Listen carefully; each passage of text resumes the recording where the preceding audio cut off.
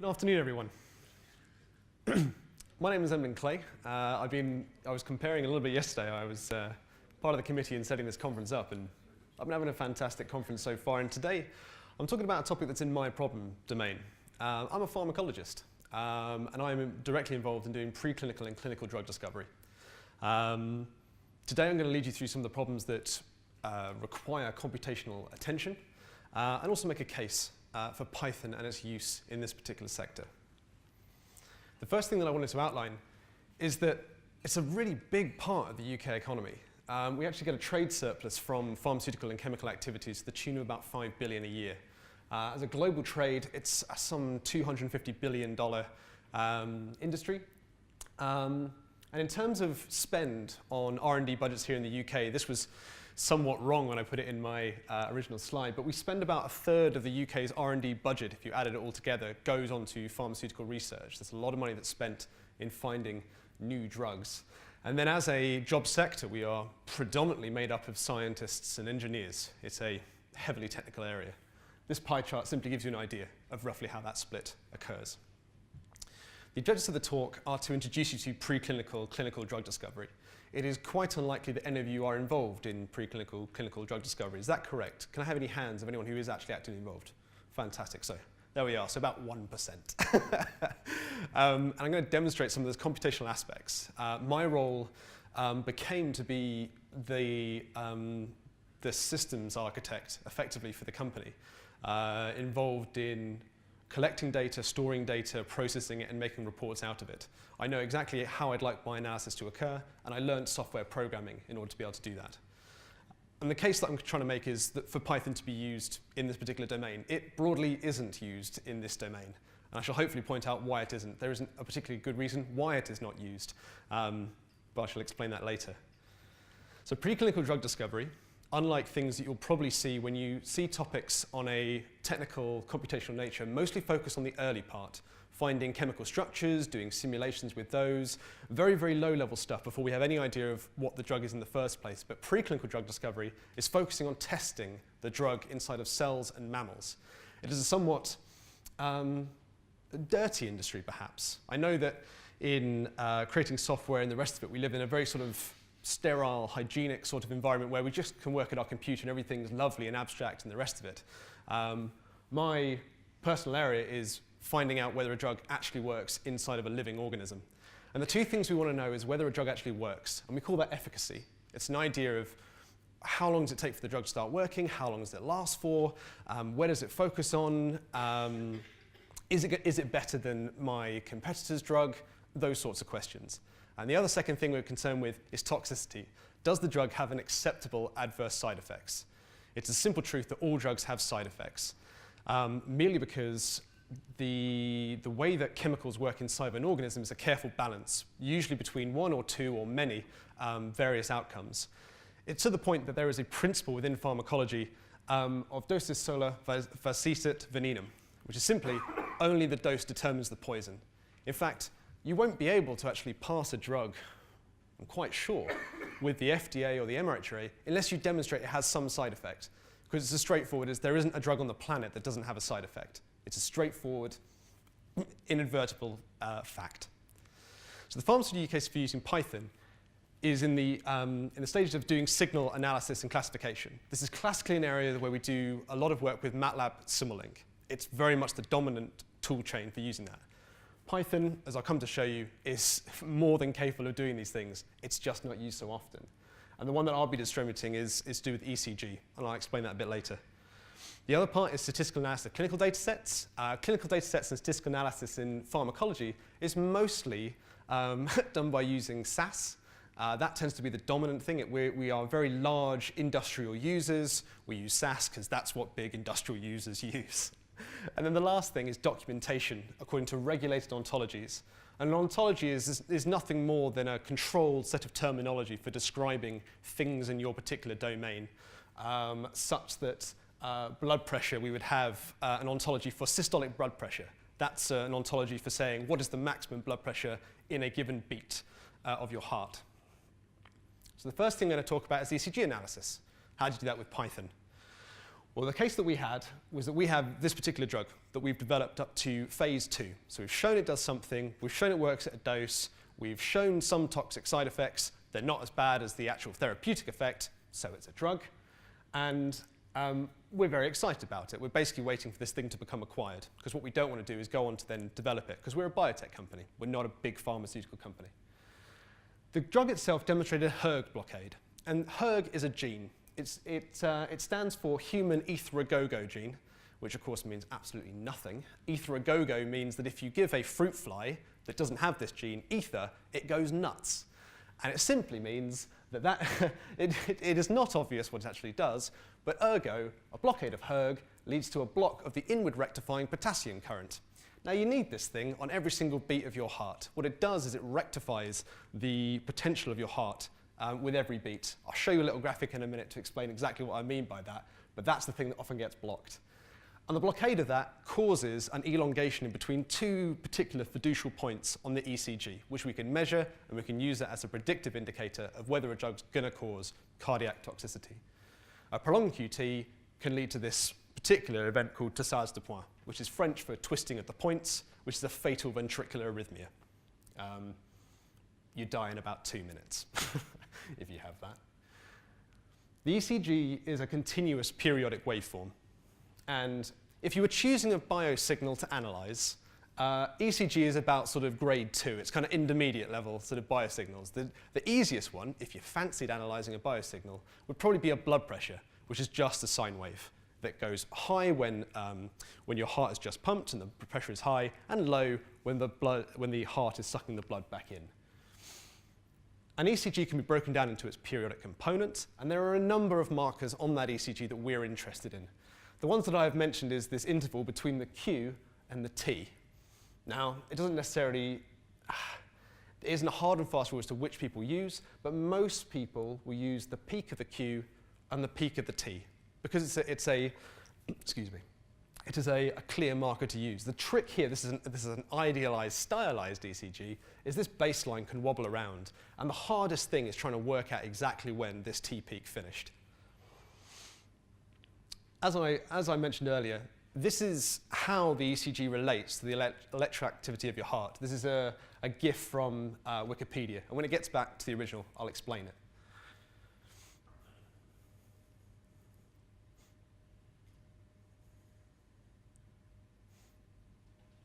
Okay, so first of all, electric action potential starts in the sinoarterial node, goes to the atrioventricular node, slight delay, goes down the bundle of His to the apex. It then moves around to your ventricles contract, that's your systolic blood beat, and then this last bit is the rectifying current. This resets everything so you can then go on to a next successive beat. The point I was making earlier about the drug is that it blocked that last rectifying component. If that rectifying component doesn't happen, your heart isn't ready for the next beat. And if at a certain point your heart's going to be able to deal with that, it's fantastically resilient. But at a certain point, it will overlap with the next beat, and that's when it goes out of sync. As soon as the heart goes out of sync, blood's not pushed around efficiently, and yeah, it's a vital concern. To analyse the ECG, there's a standard set of tools that we put in place. I'm sort of fairly sparse with my code in this because this quickly becomes an advanced level talk. If I'm talking about signal processing of ECGs, I'd like to get the point across of how we use Python. HDF is the data format that I have standardized all of the data that we used in Verona Pharma on. That's partly because it's extremely good for keeping very long series of data. You can have random access to various parts of it, and when you're analyzing a periodic waveform, you can go through a chunk at a time and then sub-chunk each ECG signal within that longer signal, and it's a very effective and efficient way. The other part about HDF, which is fantastic, is it stores your metadata alongside of it.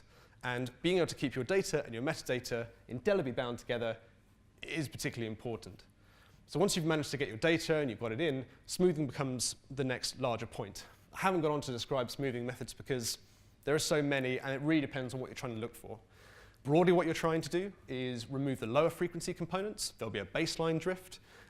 You want to smooth out random noise.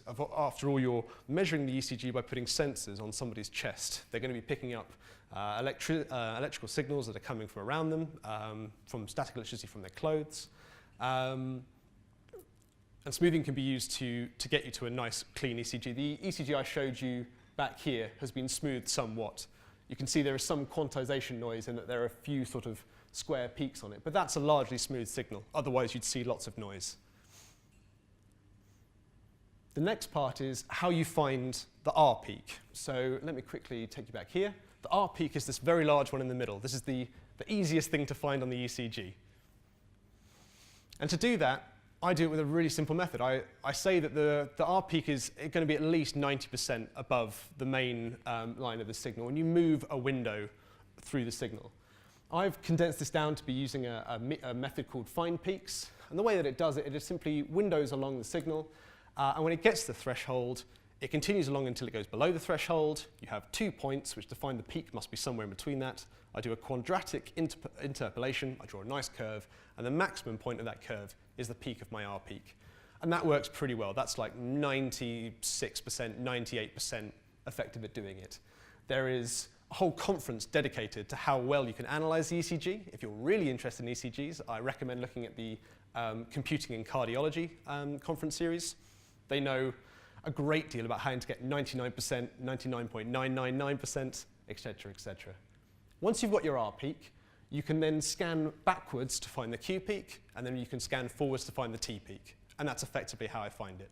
And once you've got the time difference between those, you can then start doing your other parts. So as I mentioned, slice forward, find the maximum of the peak, and then my method for finding the end of the T peak is fairly straightforward.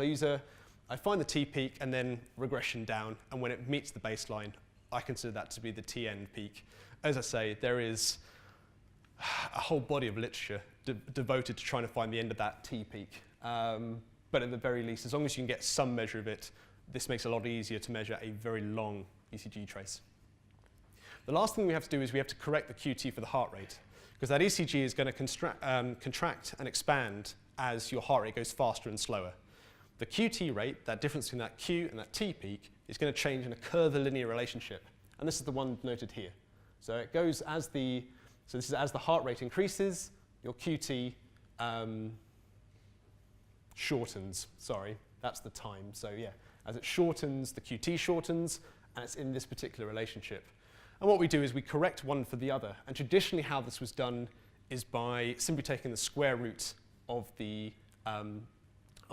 heart rate and then QT divided by that. It's not the best method. In fact, you're allowed to submit it using this method. This is called Bazart's method correction. And it was originally done because QT correction used to be done well before we had a lot of computers doing a lot of things in pharmacology. And the way that is preferred by the FDA is to correct each QT for each particular beat that you have. And if you consider in the space of an hour, where you might take an ECG trace, someone's heart is beating maybe 60 times a minute. We were doing this manually. It's not really that useful, so having an automatic method does it is impressive. It allows us to get a very, very tight correction of the QT interval, a very correct idea of the QT interval. After all, if the QT interval increases in a way that implies that our drug is causing cardiac liability, or if we correct it and we overcorrect it or undercorrect it, and it implies either more or less liability, there are serious consequences for getting it wrong. You have people having ventricular arrhythmias which could ultimately kill them. So Python helps you analyze the ECG partly because it's no more difficult than MATLAB. You do the same sort of techniques inside of MATLAB, but you can do them inside of Python. It supports many of the basic routines are inside the libraries that are part of that scientific stack. The quadratic interpolation you can find inside of SciPy. Being able to slice along a signal and having a data structure which can do vectorized operations on series is all built into NumPy. There isn't anything particularly more difficult than doing it in MATLAB. And that comes from someone who's used MATLAB for the past 8 years. Most commercial ECG analysis tools are big GUI things, partly because the people who are using them don't do any programming. I'm somewhat of an anomaly as a pharmacologist in that I like doing programming. And the problem is with those commercial tools, you get very poor scripting. Maybe one or two of them have Visual Basics integration, so you can do it in Visual Basics, which doesn't work particularly well. There isn't any support for vectorized operations, so everything is dog slow. You just don't. The I guess all converted to that, is you get very poor end-to-end workflows. So once I've classified my signal and I've got my data, maybe I want to make a report of it, I end up in a copy-paste hell, basically. And that's very common, and it hasn't really changed. And the last bit is that if you want to break out that domain-specific tool out of your GUI, say you wanted this so that someone could send their ECG trace to a server does the system, puts it up on a web page, it's extremely difficult to do that. You can make web pages with MATLAB, it's just very painful indeed. So that was ECGs and how you can use Python. Statistical analysis of clinical data sets is fairly more straightforward. And a clinical data set as an object is largish. It's a set of records, and it's maybe a few hundred megabytes, maybe a gigabyte in size. You know, you probably all want my job. There's no real data problem requirements. You can fit the whole thing in RAM, be copying around like anything, and you really don't hit any performance problems. We don't really have, I would argue, in the pharmaceutical industry, a big data problem. We have fairly small data sets. But at the same time, when you've got maybe something that's 8, 20 columns wide and 30,000 rows, it's a bit painful to do in Excel. But people still do. So that's kind of our issue, is that the next step on there is to use Python. The main thing that we do is we pivot on a number of these axes and report. So in a particular clinical data set, sorry, that is a bit difficult to see. You have a huge list of parameters. In here I've got things like calcium, the QT interval, alanine aminotransferase. All of these things have indications for various organ systems. Maybe problems with your liver, problems with your lung, problems with your heart. And at any time I want to be able to plot a trend line, compare that trend line to some other subject. Maybe I want to compare it to the time of day, because all of these values shift depending on which point of the day that we're in. And invariably that task is pivoting on that data, stacking and reshaping your data, which you can do in Excel. You can make a pivot table, but by the time you're making 100, 1,000 pivot tables, it just doesn't work. It's just very, very painful to do. And the last thing is which is abbreviations everywhere. Now the problem we have is that because it's such an old, because we've got such an old way of doing things, and because we have software that really only allows maybe a byte for the description of a particular statistics, we have abbreviations everywhere. The formal documentation on which ontologies you should use for describing things in clinical trials is 500 pages. It's a very, very long document indeed. And this is something we can help get around with Python. Originally what I did is I rolled my own pandas, I think as most people probably did, but of course unable to release it because we're not into the habit of releasing stuff for open source. And there was a subclass, the rec array, which is inside of NumPy, and then using things like NumPy unique to get all the different categories within a particular column, and then stacking the data based on that, and stacking and unstacking and doing all of those parts. It wasn't particularly fast, but it was a lot faster than doing it in a GUI. And now, of course, we use pandas. So while pandas is very popular, of course, in the financial sector for doing time series and the rest of it, it's also incredibly useful for doing clinical data sets. There isn't actually anything else that I use that's better than pandas for doing that, which is somewhat amazing. The way that you'd fit that together is you import your data frame from somewhere, and the pivot table allows you to build up the columns and the rows. The way that I would then build this into a larger script is you can take the intermediate parts of your pivot table. You can get sort of, ordinarily that table we want to maybe stack on subjects, and then within each subject stack on each trend line, but maybe you want to flip it the other way. You can maintain those intermediate steps as you go along with pandas. And that's particularly effective both in memory, but also in speed. And grouping by these various pieces of data is all of the game in doing clinical data analysis. Subselecting your data is the 80% problem that we have in the pharmaceutical domain.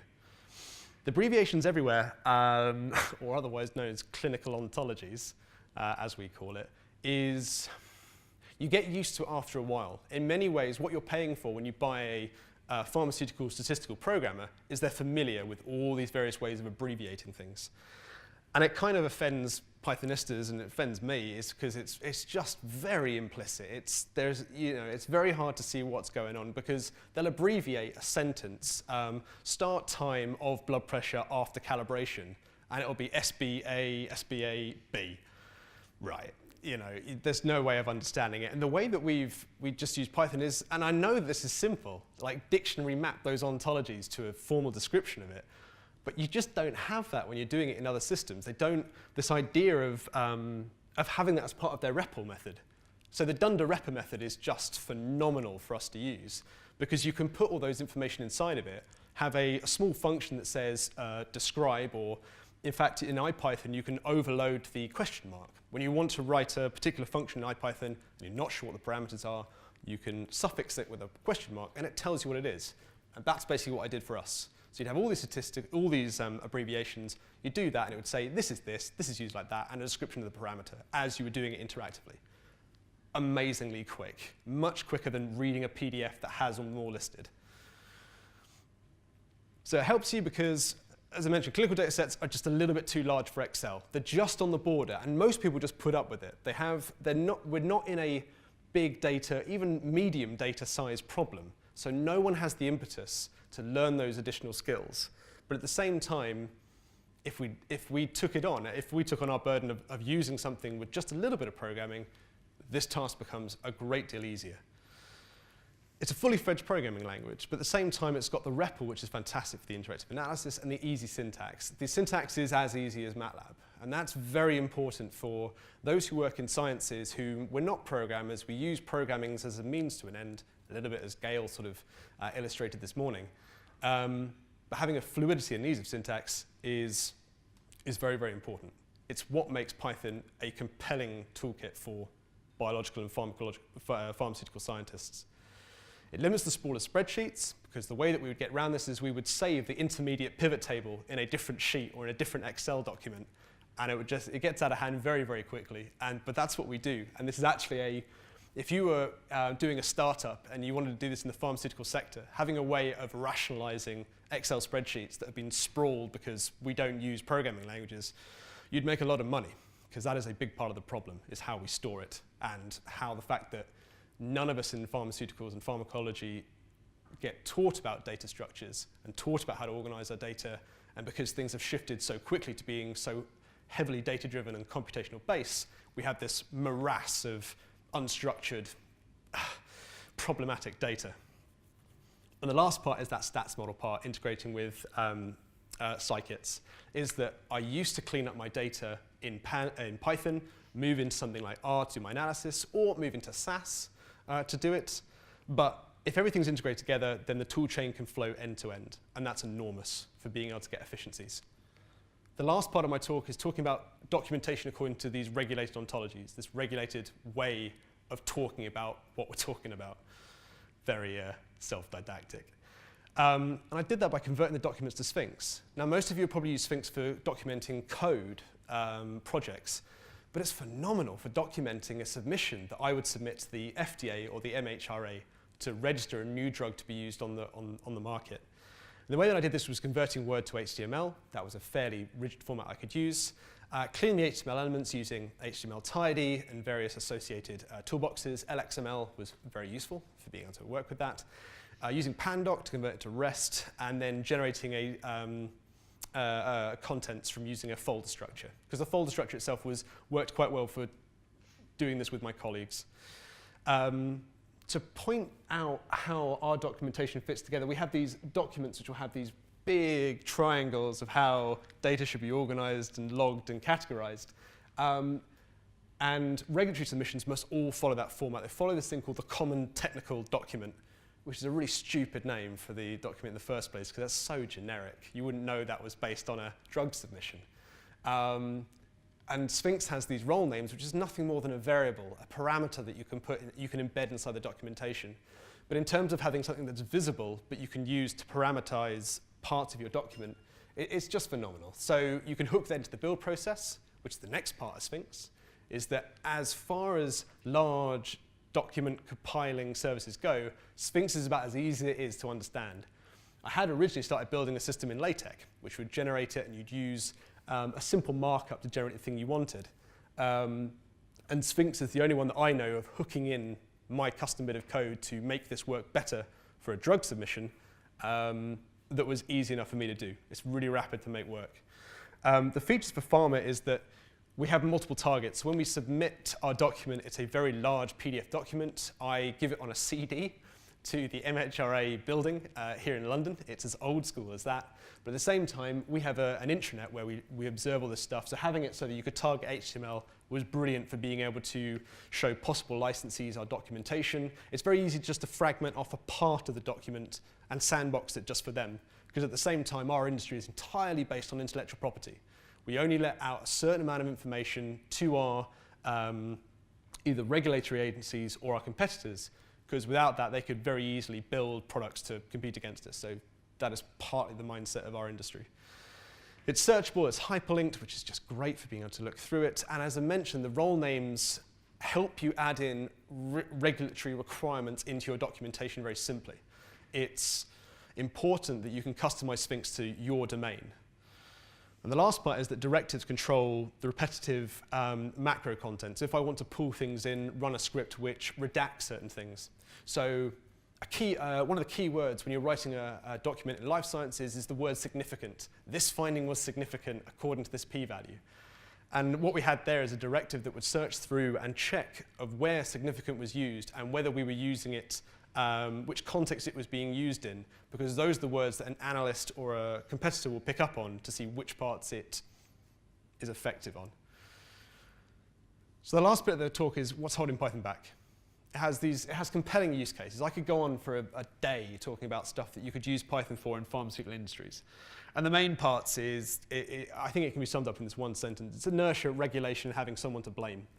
The first part is that we are really culturally slow to change. And the reason we're slow to change is we've got loads of cash. We don't have to change. There's no impetus for us to adopt new stuff.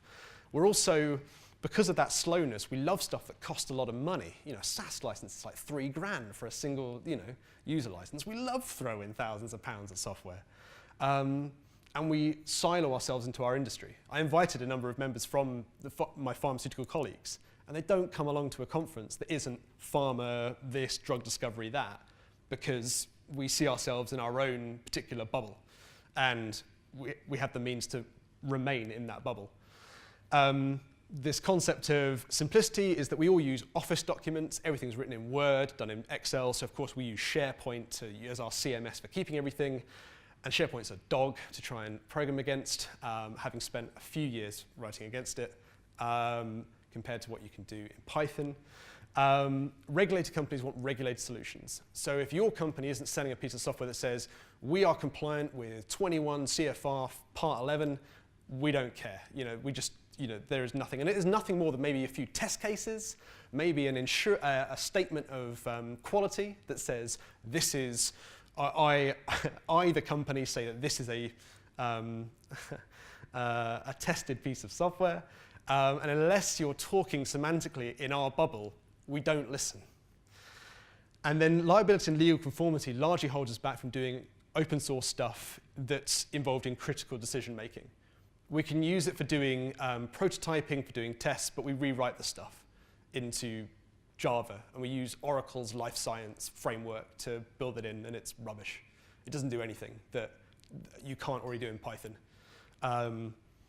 And you wouldn't know this unless you were someone like myself who knows the problem domain, and you do programming, and you know the pain points. But I'm all about solutions. There are these big reasons why we don't have it, but here is my quick slide on solutions to fix the whole industry.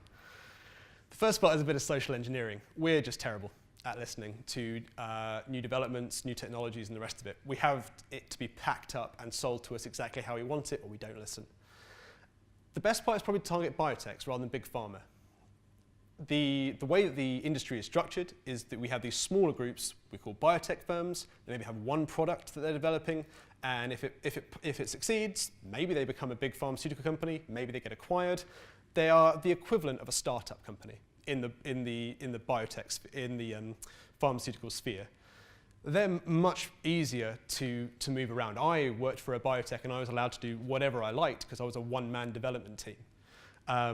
And then you go on to target big pharma. And a big pharma you could define as one that has 8, 10, 20 projects, a market cap of a few hundred million. They're very large industries. They're like government, they're like healthcare, They're very, very slow to move because they've got so many parts to them. The third point, and I spoke about this to a number of the groups at PyCon in the US earlier this year, is the idea of a certified Python. Nothing more than a declaration that says, this is certified for use in this particular industry. It's a statement, a guarantee of quality. It is an insurance claim. It's saying in the event that your code doesn't add 1 + 1 = 2, then I am liable that it doesn't add 1 + 1 = 2. The fact it's used in so many things that are, well, not necessarily critical. No one dies necessarily if a lot of Python bits don't work, but work in high production environments. It works in the financial sector, which you can lose a lot of money very quickly if things break. This would accelerate the use of Python in those industries, is that sort of certification. And the last one is a legal entity that ensures that. So that's kind of the other part of the previous point, is that if there was an entity that said, yeah, we guarantee that this won't divide by 0 and break all these things, or give you numbers that are wildly different within specified tolerances, which again probably sounds like it's not a difficult task. We do this already. We build stuff against specification. It's nothing more than meeting a specification. And whether that's the body of of Python itself, the PSF, or maybe it's a commercial group like Continuum, which says we will ensure these versions in our packages altogether, that would help a great deal. In regulated industries, we are very cautious, we're very conservative. We need someone to make guarantees that we can blame. Fine, I'm at questions.